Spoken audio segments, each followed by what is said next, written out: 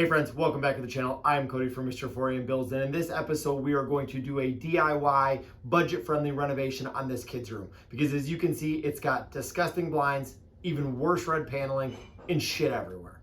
So we're gonna update the beds, we're gonna consolidate the dressers, paint the walls, and give it a nice new clean aesthetic. Let's get into it. I'm just going to start this project out by cleaning up all the crap that my kids leave around here. The beds, the drawings on the wall from 3 years ago, the knickknacks on the shelf, actually that's a window, their dressers, some pictures, some change, some Legos, a couple safes, and a nightstand. This wall decor, and of course, those grungy blinds gotta go too. With the majority of the things in the room cleaned up, I will preface this project by saying that I did go through and pull off a little test sample just to make sure that these pieces weren't glued to the wall or there wasn't mass destruction. But it seems to be pretty good, so I'm just gonna get a pry bar, I'm gonna start popping everything out and get after it. I'm gonna start with all this flexible trim that's around the ceiling and in the corners. It was actually pretty easy to pull off. Very happy with that. As much as I hate to see this go, the time has finally come. Like I said earlier, I started with a small piece to make sure that I could do it, and then just started going all the way down the room. It actually was only nailed on with some thinner trim nails, and they were old school, so they weren't the ones that just rip out, you know what I mean? They were hard. They didn't actually just snap off. I was pretty impressed with it, and it went pretty quick. I went through and puttied all the nail holes, probably a few hundred of them, but nobody needs to watch that. So after that mess that all happened and my shoulder had healed, I went through and I primered all the walls, putting on 2 coats of the Kilns primer, cutting in everything, just leaving it on very thick because these walls were a little bit rough. I did use a 3/4 inch nap roller for these, which actually worked out really well. It holds a lot of paint and it covers up all those rough spots. Here's me more just painting, faster painting. The painting took a long time, but like I say, I put on a lot of coats and it was definitely worth it. Covered it up really nice at the end. I pre-painted all my trim in my basement and I cut it down a little bit so that I could get it up into the room. It wasn't the super long pieces. Then I did just go through and putty all the nail holes and touch up those spots, and I did caulk it to the wall as well. So it's a really, really nice fit.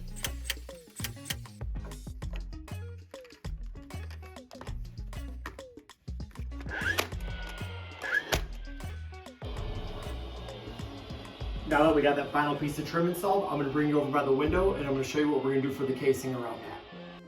Because this jamb was shimmed out the thickness of the wallboard that we had here, that's all I did was take some doorstop and I just nailed it to the back of that, and then we'll just put that up there, we'll caulk around that, it's already pre-painted, it'll blend in like nothing.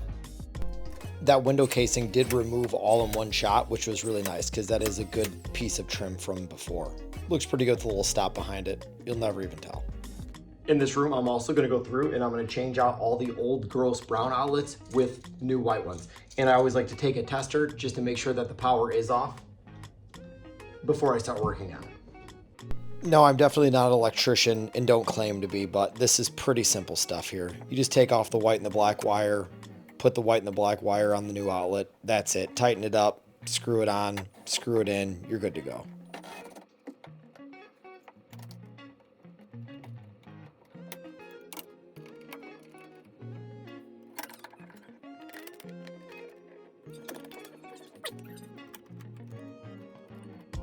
I put on 2 coats of primer and 3 coats of finish on these doors, and I also removed all the hinges in case there was any little buildup of paint that I would get them in, and I also marked them.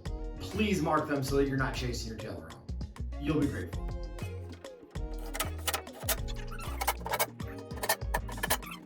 Like I said, I did mark out where every single hinge went and what door goes to where, so then they all fit back in perfect. Because let's be honest, this house was built in the 50s. It's not going to be the same on every single one. Those are all hand cut. All went on very easy, no issues. Can't forget to install that sweet light. No, I didn't get a ceiling fan. We got to draw a line in the sand somewhere. Then here are these beds. I got 2 identical beds. We got them off of Wayfair. I think we probably paid $400-ish for each one of them. I've had them here for a little while since I put the video out, and they've seemed to withstand the test of time. Quality's decent. Can't really complain too much about that. So now that we got this bed made, I'm gonna sit here, I'm gonna take a nap, and I'm gonna hope that the other one gets made.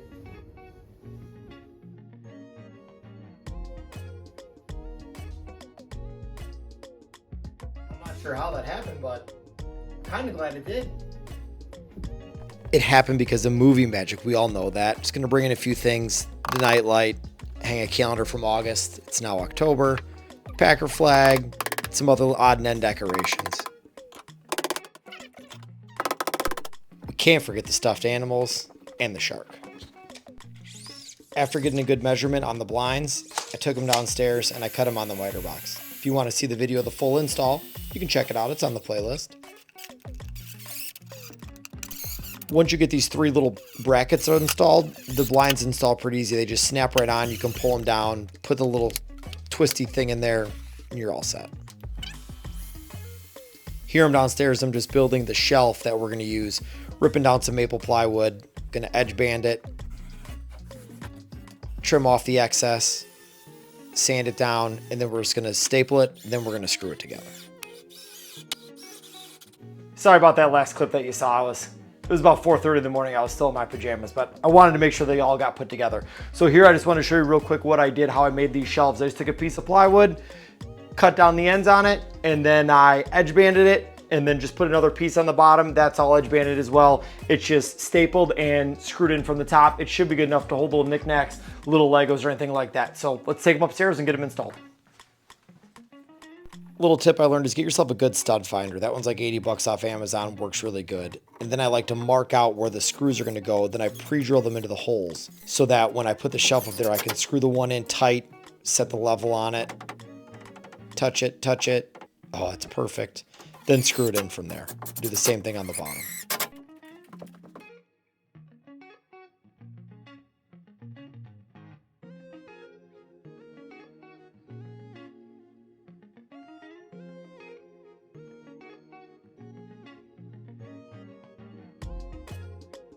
Hey friends, I appreciate you watching me remodel my kids' room. As you can see, we didn't really spend too much money besides the beds, but it's nice to get those old dirty wall paneling down, put some new trim up, freshen it up, and give them what they deserve. We got some nice shelves on the side that we made, can decorate their stuff. We put the dressers in the closet and everything's pretty cleaned up in here, and I'm pretty happy with it. So hope you liked the video, hope you learned something, or at least you were entertained. In the meantime, get out there, buy cool tools, build cool stuff, and tell your friends about it. See you.